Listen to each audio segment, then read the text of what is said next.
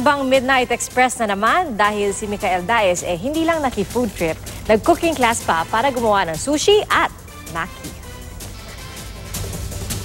For the first time here on this show, tuturuan na ako kung paano magluto, and we are going to start with Japanese food, my favorite. Natsyempohan namin dito sa isang hotel sa Pasay ang isang event kung saan maaari akong mag-aral ng paraan ng pagluluto. So naisipan namin mag-organize ng cooking class kasi isa sa pinaka-popular naming atelier o kitchen ay yung Japanese. Kasama ko ni Chef Hiromi and Chef Brian. So tuturuan nila tayo kung paano gumawa ng sushi nigiri. Smoked sushi nigiri. Unang dapat pag-aralan kung paano hiwain ng tama ang salmon. Japanese beef, normal. And Chinese people, very like thick.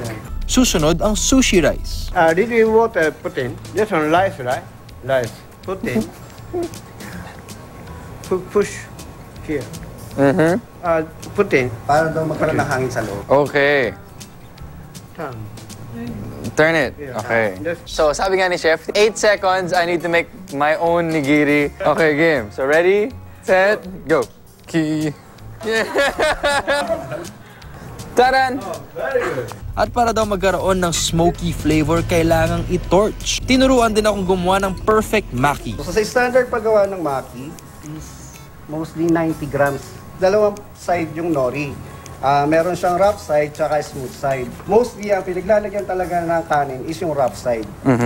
Mold mo lang siya ng walang pressure. Kasi ayaw niya na siksik. Oo, kasi pagka matigas ka naman yung maki is matigas kainin. So pagka may hangin sa loob, mas malambot siyang kainin. Kailangan ma-portion ito equally at saka baliktarin at ilagay ang ibang ingredients katulad ng tuna, pipino, mayo at saka i-roll. Pang-finale ang pag-dip sa nori powder. Pwede nang nila i-check sa aming Facebook or website kung may mga cooking classes kami. Yung cooking class namin 1,800. Tapos kasama na doon yung ingredients. Tapos pwede na lang sila kumain after, which is ang pinakamasaya. Thank you very much, Chef Brian and Chef Hiromi. Thank you so much for teaching me how to do nigiri and maki. And that's Midnight Express. Thanks, guys.